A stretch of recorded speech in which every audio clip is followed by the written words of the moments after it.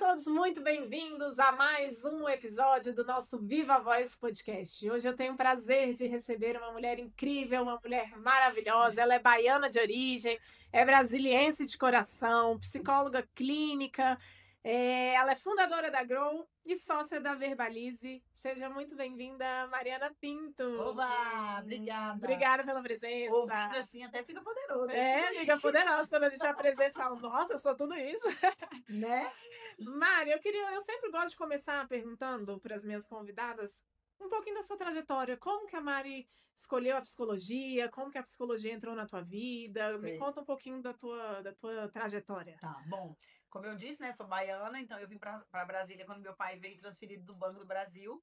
E aí na escola conheci o meu atual marido, meu único marido, e a mãe dele era psicóloga. É psicóloga. Então, minha sogra sempre nas conversas, ela sempre compartilhava e trazia muito esse valor que a psicologia tem de ser humano, de escutar, de acolher e tudo mais. Então, eu lembro que os almoços, os encontros finais de semana era sempre com esse lado. Eu sempre quis ser jornalista ou nutricionista. E aí a psicologia... Tudo bem. Então, quando eu comecei a namorar e aí comecei a conviver de perto com uma psicóloga, eu vi que, de fato, a psicologia, ela pode ser muito mais do que só a clínica, né? Do que só o consultório. Aí eu fiz estágio, logo que a gente entra na psicologia, a gente tende a ir para a área da organização. Então, eu logo comecei a fazer estágio em empresas na área de RH. E aí eu até lembro que não era RH, se chamava DH. Porque era desenvolvimento humano, não era recrutamento humano, né? Relações humanas. Era desenvolvimento humano, Porque geralmente o RH é de recursos humanos, para você fazer processo seletivo. E aí lá na empresa era DH, desenvolvimento humano. Que legal. E aí eu fui trabalhar na área de treinamento. Então eu não fazia captação, né? Eu fazia o aprimoramento. E aí profissional que já era captado. Que já era captado por eles. Então era uma operadora de telemarketing, né? Uma central de telemarketing. Então vinha muita gente com uma rotatividade muito alta, porque era por projeto. A agenda de treinamento era muito intensa, então eu lembro que eu trabalhava muito, mas isso foi muito bom porque me despertou esse olhar do treinar, do desenvolver habilidades. Aí eu engravidei, a minha filha mais velha tem 20 anos, e aí foi nessa época que eu engravidei, aí eu tive que sair desse estágio, tranquei um pouco a faculdade, porque a psicologia tem uma parte laboratorial, que exige mesmo a sua presença física, aí eu fiquei trancada um tempinho, ela nasceu, aí quando eu estabeleci de volta, né, normal, a vida, que não é normal, mas assim, a gente tenta buscar a normalidade, eu voltei para a faculdade, comecei a trabalhar na clínica. Aí sim foi a experiência que eu tive de atendimentos, que me encantou também. Então eu fiquei sempre dividida. E aí, você atuou por muito tempo, né? Muito tempo, Na clínica eu comecei em 2008 ali, logo que ela já estava grandinha. Então desde 2008 fazendo atendimentos individuais, crianças, adolescentes, família, adultos também. Eu tive uma boa experiência de atendimento de adultos, mas o que brilha o meu coração, né? Que brilha os meus olhos e desperta a minha paixão é olhar para a criança, para o adolescente e para a família. E aí, depois de uma jornada intensa de clínica, consultórios, eu comecei a Grow, que tem esse propósito de... Eu ia te perguntar isso agora. Como surgiu a Grow? Isso, aí a Grow surgiu dessa necessidade de ir além do indivíduo. Porque, de fato, na terapia você percebe que você não trata uma criança. Você recebe a criança como uma ponta de iceberg de um problema, de um desafio. Ela tem uma família por trás. Mas ela tem uma bagagem por trás, que envolve o pai, a mãe, se são casados, se são separados, a avó, o vô, o vizinho, o padrinho, a babá, o irmão, a escola, os colegas. Tudo. Então, eu percebi que a terapia infantil e adolescente também, né? Ela não é sobre olhar para a criança e para o adolescente. É olhar para as relações que essa criança e esse adolescente desenvolvem. Então, a Grow nasceu com esse intuito de desenvolver melhores habilidades emocionais, sociais e comunicacionais para essa criança e esse adolescente se relacionar dentro das suas áreas, né? Escola, casa, amizade, social e tudo mais. Tendo toda essa experiência hoje, o que você enxerga de mais urgente no desenvolvimento emocional de uma criança? Então, hoje a gente percebe que existem dois grandes fatores, né, que limitam esse desenvolvimento. primeiro deles é a tela, que a gente Tava sabe falando aqui nos que, bastidores. que a gente sabe que hoje a internet, ela é uma tecnologia que veio para ficar, não tem como a gente voltar atrás, Uhum. mas ela trouxe também vários alertas, né? Vários cuidados. Então, hoje, se você não ensinar para o seu filho a usar essa internet de uma forma positiva e saudável, ele vai se viciar, ele vai se tornar um viciado na internet. Eu até faço uma associação. Na minha época, pelo menos, eu andava de ônibus, né? Minha mãe me ensinou a andar de ônibus. Então, Hoje quando em dia, não, É. as crianças nem de ônibus andam mais. não usam, né? Mas tá, que seja. Quando você vai ensinar alguma coisa pro seu filho. No meu caso, quando a minha mãe foi me ensinar a andar de ônibus, ela foi comigo. Perfeito. Ela não virou e falou assim, ó, vai lá, se vira. pega lá o ônibus, a parada, aí você vai entrar no ônibus, vai apertar. Não, ela falou assim, minha filha, vamos lá, Eu vou que eu vou com você e eu vou te ensinar a andar de ônibus. E aí ela foi me falando, ó, essa aqui é a parada da nossa quadra, eu morava aqui na 313 Norte. Essa aqui é a parada na W3. Então você vai esperar aqui, o número do ônibus é o tal, ele vai vir, você vai, né, sinalizar, você vai entrar pela frente. Aí quando você sentar, você vai ficar olhando, prestando atenção, você vai ter que perceber a parada que você vai descer. E ao descer, você vai apertar, se direcionar à porta, esperar a porta abrir, olhar. Então ela me ensinou, né? E não quer dizer que da primeira vez eu já fiz direito. Perfeito. Então, ela foi construindo comigo esse conhecimento através até da você prática. conseguir fazer sozinha. Exatamente, através da prática, até eu conseguir sozinha e ela confiar em mim. Hoje você não faz isso com uma criança. Hoje você fala assim, pega o celular, toma. E não ensina a criança a usar. E ali é intuitivo, né? Porque cores vibrantes, né? Vozes atraentes, pop-ups que aparecem, janelas que aparecem, clicáveis. E aí a criança vai, curiosidade, a criança é curiosa, interessada, vai indo. Quando ela entra, é o mundo. Ela tá falando com 20 pessoas que você não sabe quem são, de onde são, o que elas querem. Ela tá se relacionando de uma forma íntima, contando sobre a vida, quem são as pessoas, onde ela mora, o que ela faz, o que o pai faz, o que a mãe faz, quem são os pais. E você tá achando que ela tá ali mexendo no celular. Só que ela tá Ou expondo, seja, né? eu vejo assim, muitas mães falam, meu filho fica muito na tela, mas é mais culpa da mãe, que entrega, às vezes, um celular, né, disponível, né? Pra, às vezes, até ser uma fuga da educação, né? Porque, às vezes, descanso, né? Você fala, meu Deus, eu tô morta, hoje vou dar um celular pra criança pra ela ficar Sim. quietinha ali e ficar assistindo. Mas não tá vendo o que ela tá assistindo, com quem tá ela tá falando, e aí isso acaba impactando na vida E aí emocional. depois ela cobra que a criança tá usando demais. Exato. Né? Mas você não sai do celular. Exato. Mas mãe, você que me deu, né? Você que liberou. Então eu não gosto nem assim de chamar de culpa, porque eu sei que todas as mães, elas já se sentem muito culpadas, nós somos mães, nós sabemos. A mulher já carrega uma culpa. Exato. Mas é uma terceirização da educação. É você ter que fazer algo e você estar cansada ou não saber como fazer. E aí você, para facilitar, para você, né, descansar, aí você, não, toma. E aí você terceiriza esse momento. Não estou dizendo que é fácil, né, que é difícil, mas é necessário ser intencional. Então, se você precisar, porque às vezes você vai precisar de fato, né? Se você assim, meu filho, eu preciso agora entrar numa ligação. Numa reunião. Eu preciso fazer algo, preciso ir no banheiro, e eu preciso que você fique aqui. Tudo bem, você vai pegar o celular, você vai escolher, você vai assistir este vídeo. Quando eu sair do banheiro, você vai me contar o que você aprendeu, ou o que esse vídeo trouxe pra você. Combinado? Então, vai lá. Você tem 5 vídeos aqui, sei lá quantos vídeos para assistir, episódios, ou, né, X minutos. Só que torna isso intencional. Porque além, né, esse é o primeiro ponto que eu estava trazendo das telas na internet. Porque além disso, o tempo de tela também está sendo um problema. Porque as crianças hoje, elas não têm um tempo longo. Definido. Não, e não tem um tempo longo de atenção ao vídeo, entendeu? Tudo muito tudo muito assim. O vídeo ele tem que ter 15 segundos. Às vezes nem isso. Às vezes a criança já acelera o vídeo.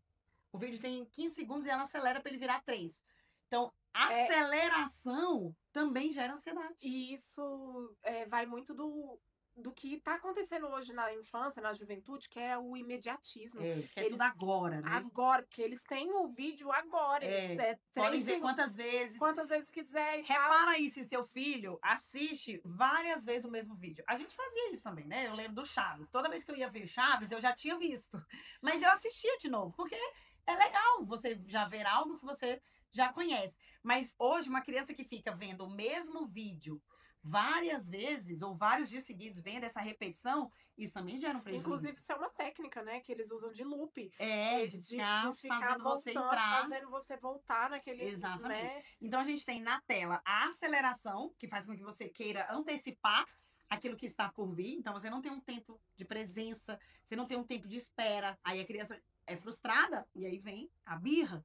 Porque ela, como assim você não vai dar o que eu quero? Como assim eu não vou ter o que eu quero? Né? Mas ela não está sendo treinada a esperar. Ela não está sendo treinada a respeitar o tempo das coisas. Por quê? Porque ela está controlando o tempo, ela está acelerando. A criança hoje, ela não sabe lidar com tédio.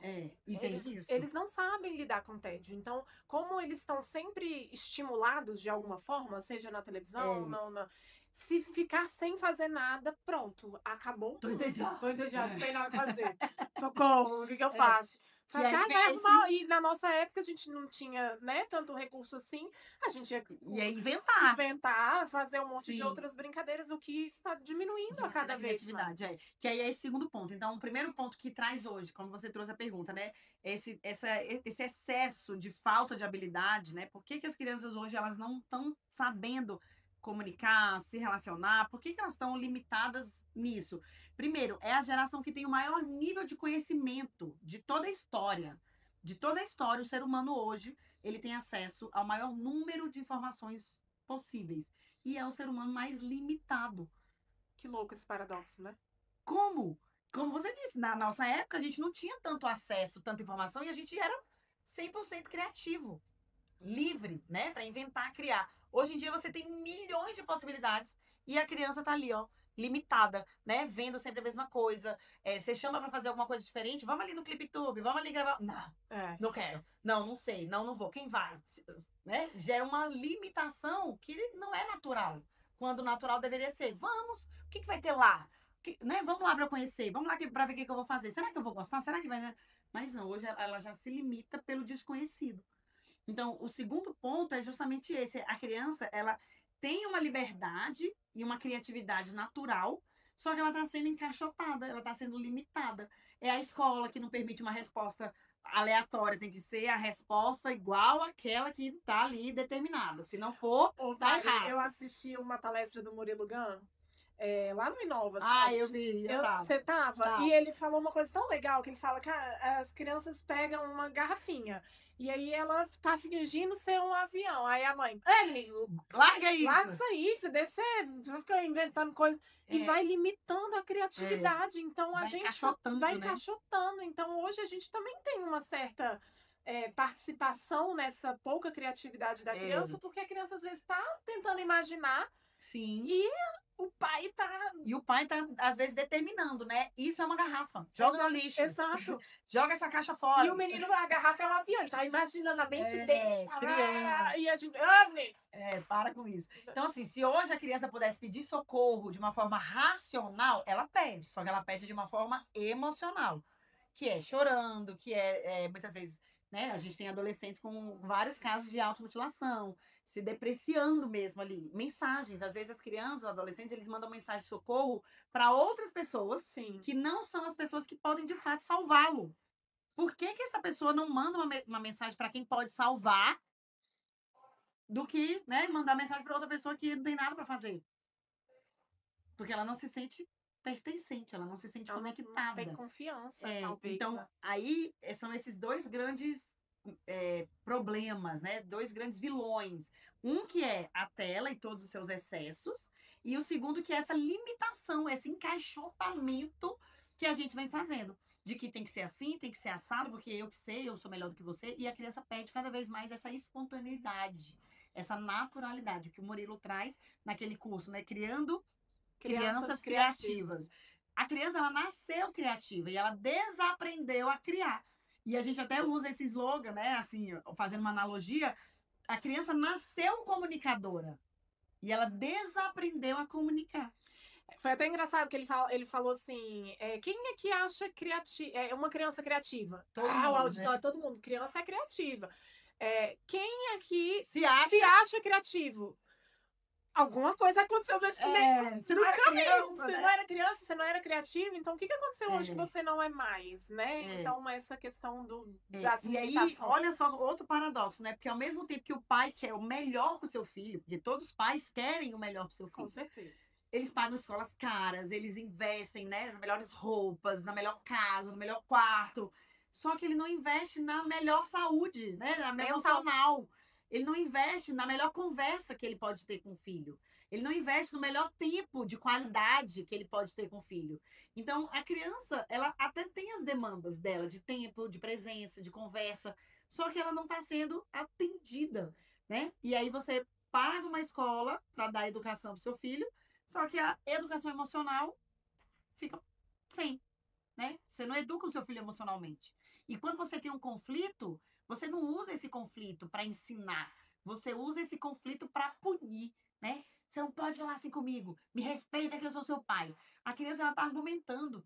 Eu tenho E você tá muitos... podando Não, isso. essa parte Os depois... meus filhos, É. gente, eles são muito argumentadores. Eu falei, meu Deus, a gente criou uns monstros. Mostrei, Essa parte eu até, assim, eu vou me queimar aqui, né? Mas vamos lá. Eu recebo pais que falam assim, eu só quero que ele seja obediente, né? Aí eu falo assim, será que você quer que seu filho seja obediente mesmo? Porque o que é uma pessoa obediente?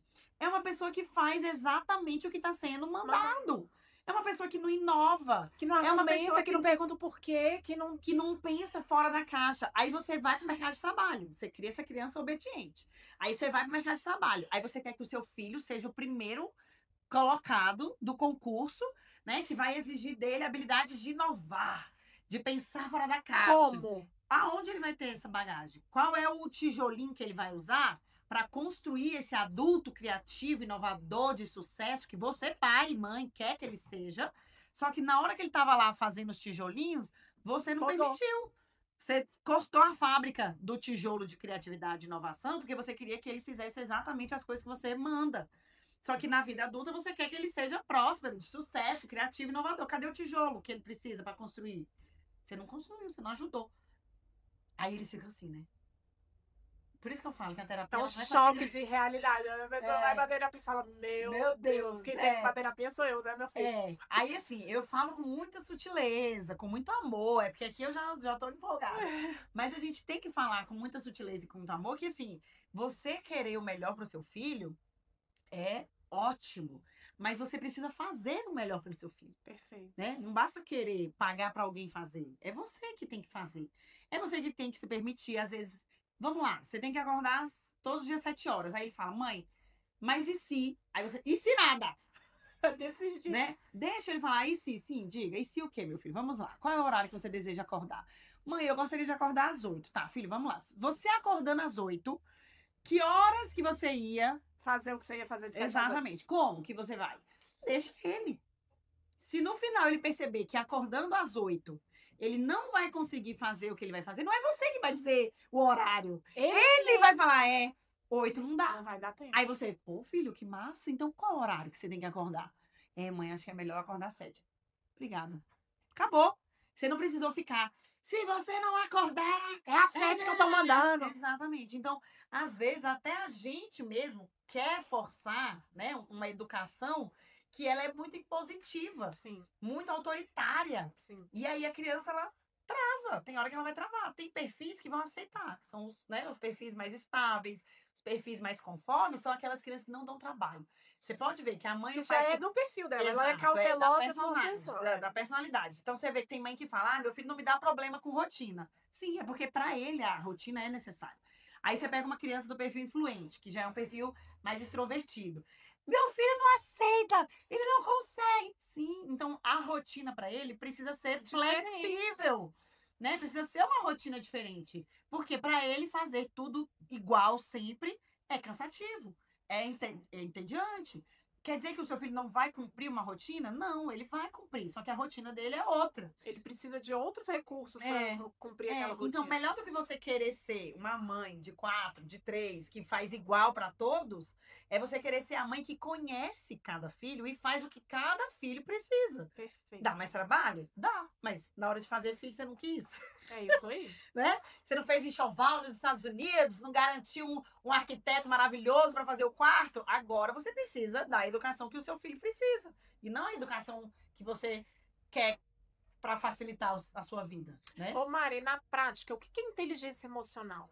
Então, é a forma de você reagir àquilo que te desregula, né? Porque, por exemplo, o filme Divertidamente, que traz ali as emoções. Tá. Óbvio, ali são 5, depois 7, né? Ele vai aumentando. Mas existe um vasto campo das Entrou emoções. até o tédio, eu achei ótimo entrar o tédio. E a nostalgia, né? É. Então, aquele filme não é de criança, aquele filme é um filme adulto. Ele é uma animação, porque ensina pro adulto o que é a inteligência emocional, que é você conseguir equilibrar, regular. Você vê que é necessário a tristeza, né, comandar algumas fases ali, alguns momentos. Então, a inteligência emocional não é você ser feliz sempre, não é você ser tranquilo sempre. Não, tem momentos onde você vai precisar ter de raiva. Ter uma reação diferente da normal ali, da padrão. Mas é você tá reagindo àquilo da forma certa, né? Adaptado, adequado. Não é você reagir na raiva quando algo não é do jeito que você quer. Ah, não, aí aquela hora eu vou ter raiva porque não é do jeito que eu quero. Não, nessa hora você tem que pensar, pô, deixa eu ser reflexivo, né? Por que não tá acontecendo do jeito que eu quero? Aí é o pensamento organizado para que você viva no equilíbrio. Não quer dizer que você tem que ser alegre, entende? A alegria, ela não é o equilíbrio. Porque, às vezes, numa prova... E a maioria das pessoas pensa assim, né? Eu preciso ser feliz, 100% feliz. E ignora, né, as outras emoções. E aí, quando as emoções surgem, você não sabe nem lidar. Então, um teste de inteligência emocional bom é o seguinte: liga para uma pessoa que você não gosta. Uma pessoa assim, sei lá, que você não tem muita afinidade. E escuta o que essa pessoa vai te falar. Inteligência emocional é você fazer algo que você não quer.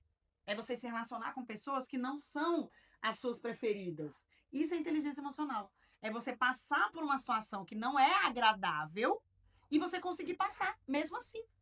Entende? É você não fugir de uma pessoa que você não gosta, porque você não gosta dessa pessoa. Isso na criança, aqui no ClipTube, por exemplo, eu falo muito para as mães, né? Elas falam assim, ai, meu filho não vai ficar mais na aula de violão porque... Não gosta. Ou então, ai, tá calejando o dedinho, tá não sei o quê. Aí eu falei, você vai deixar ele desistir? Você tá ensinando seu filho a desistir das coisas. A primeira frustração, Sim. a primeira coisa, um obstáculo que aparece na vida dele... Você vai deixar ele desistir. É isso que você tá ensinando pro cérebro dele? Não, quando tá com calo, tá muda. difícil, desiste. Tá difícil. Não, vamos, desiste. Mas essa mesma mãe cobra dele. Você não tá aprendendo? Continua a estudar.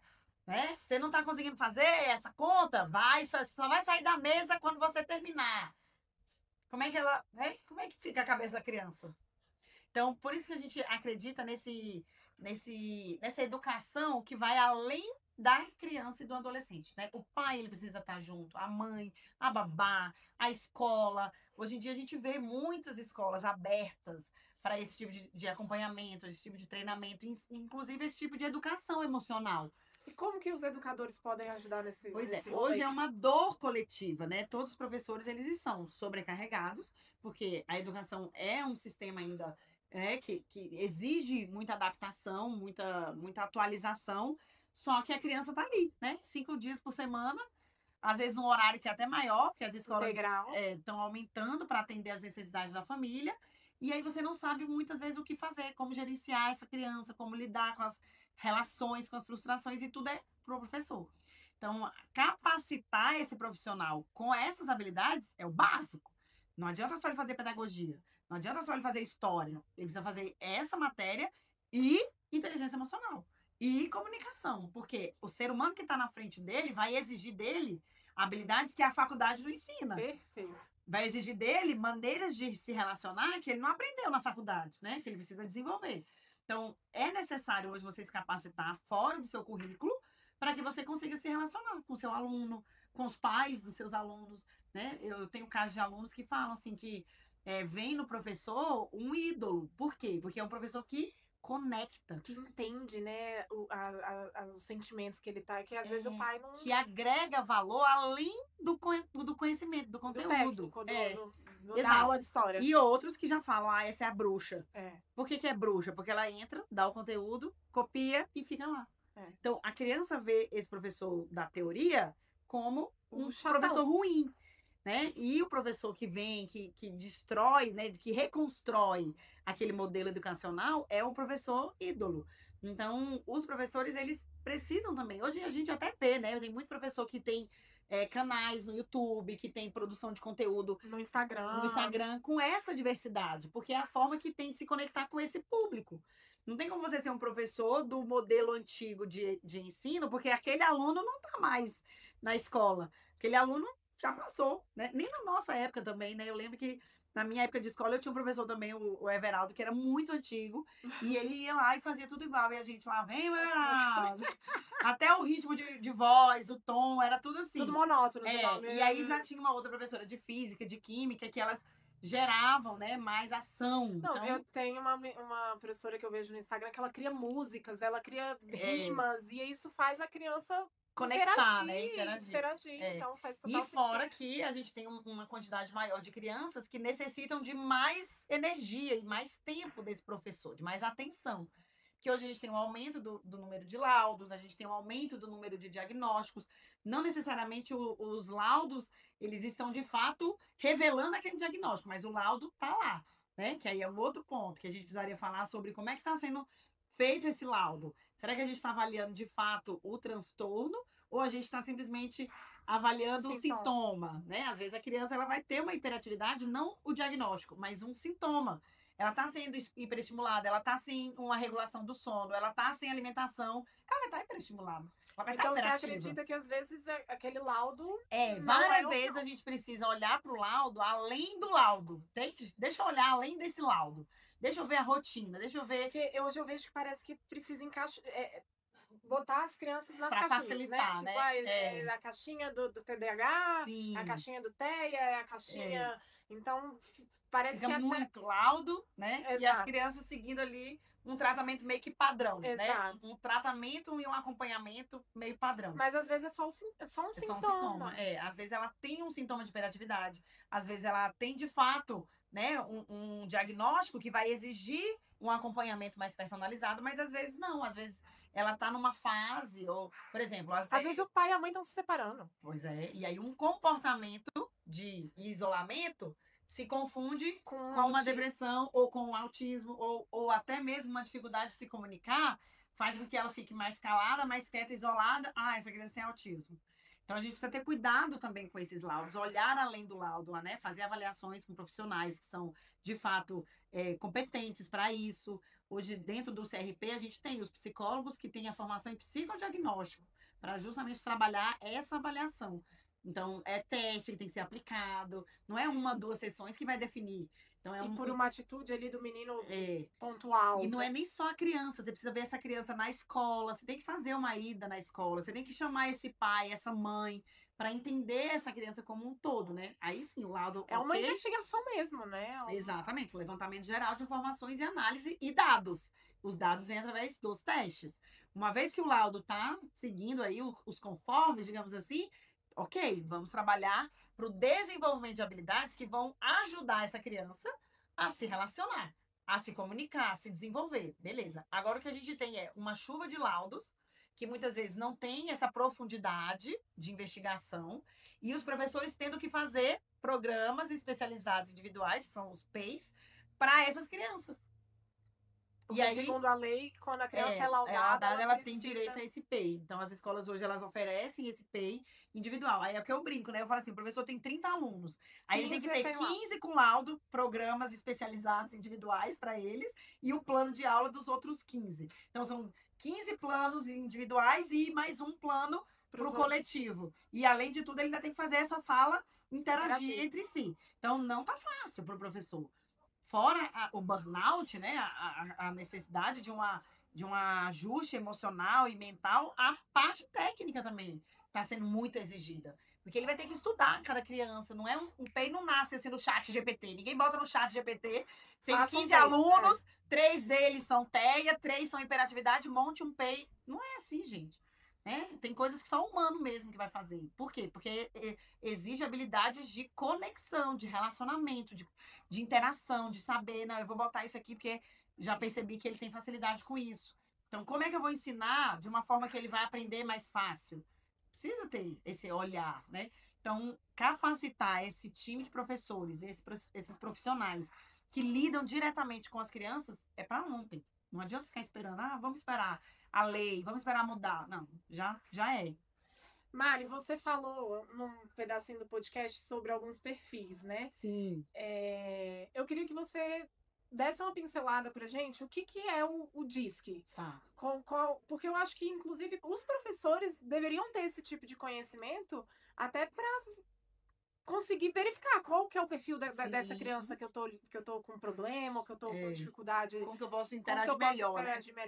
Eu sou apaixonada, eu tenho a formação, analista DISC também pela SLAC, e eu acho, assim, eu acredito, né, que todo mundo tem que ter esse conhecimento do DISC, porque ele ajuda na sua interação com as pessoas, na sua comunicação, por exemplo. Se você vai falar com uma pessoa que ela tem um perfil dominante, a sua forma de falar com essa pessoa é de um jeito. E você Isso pra tudo, né, Mari? Pra venda, pra relacionamento, seu cônjuge. Você tem que saber o que o seu cônjuge é. Exatamente. Porque os perfis, eles têm como base, ele não é um teste da Capricho, né? Que você entra lá na Capricho e responde. Ele tem um estudo científico, um autor, psicólogo, psiquiatra americano, William Marston, escreveu um livro que era a teoria das emoções das pessoas normais. Depois ele até foi usado, né? Esse livro assim foi utilizado na época da guerra, foi trabalhado dentro do exército americano, né? Foi trazido ali os conhecimentos de forma prática. Ele mesmo criou o polígrafo, que hoje é utilizado como detector de mentiras, mas a ideia do polígrafo era identificar as reações comportamentais baseadas naquilo que você está sentindo. Então, o teste polígrafo não é para ver se você está mentindo ou não, é para ver quais os comportamentos você tem quando você sente X emoções. Que legal. Então, se você treme, é porque você está sentindo dúvida, insegurança. Se você está firme e confiante, é porque você está sentindo segurança, confiança. Obviamente que o ser humano, ele faz o que quer, né? Então, ele pegou esse teste e falou, eu vou usar para descobrir quem está mentindo. Beleza, você faz o que você quiser com isso. Mas a criação tem uma base, né? Então, o teste ele foi criado para entender como o seu corpo se comporta diante daquilo que você está sentindo. É o Divertidamente. Total. Né? É o desenho ali que revela quem está no comando e como essa pessoa reage às situações. Ele também criou a personagem Mulher Maravilha. E dentro da personagem, todas, né? Ela engloba os 4 perfis. Então, ela é segura e confiante como dominante. Ela é de relacionamentos sociáveis, amigável como influente. Ela é acolhedora, observadora, analítica como estável. E ela é persuasiva, segura, determinada como conforme. Né? Então, são 4 grandes estilos. Todos nós somos DISC. Ou seja, ele não criou algo aleatório. Ele olhou pessoas humanas e percebeu características comuns e foi agrupando. Olha, essas pessoas que são muito objetivas, muito diretas, extrovertidas, falam o que pensam e agem, elas têm em comum esse traço da dominância. Elas têm a liderança que vai ser assim, assim, assim. Elas têm uma comunicação que vai ser assim, assim. Elas têm uma postura. Então, ele mapeou os humanos, né, seres humanos, a partir dessas congruências. Então, ele denominou 4 perfis. Mas ele não quis dizer que quem é dominante não é... É isso que eu ia te perguntar. A pessoa, ela é só um? Não. Ela pode ter traços de todos. Porque, exatamente, dependendo da situação, você vai ser um pouco mais dominante, né? Se você tá na casa da sua mãe, num domingo, dia de almoço, cara, você vai ser a mais passiva, né? Está, mãe, cozinha aí, quando estiver pronto você me chama, vou ficar aqui deitada, dormindo e tal. Agora, se for um almoço de domingo na sua casa... Você vai ser a mais dominante. Fulano, pega isso, pega aquilo, bota a mesa, faz assim, faz assado. Você é a mesma pessoa, só que você está em situações, em relações diferentes. Então, saber os 4 perfis deixa você confortável para adequar qual é o melhor perfil naquele momento. Então, por isso que eu falo, todo mundo tem que saber disso, que não pra você decifrar, né? Ficar ou julgar. falando, ficar...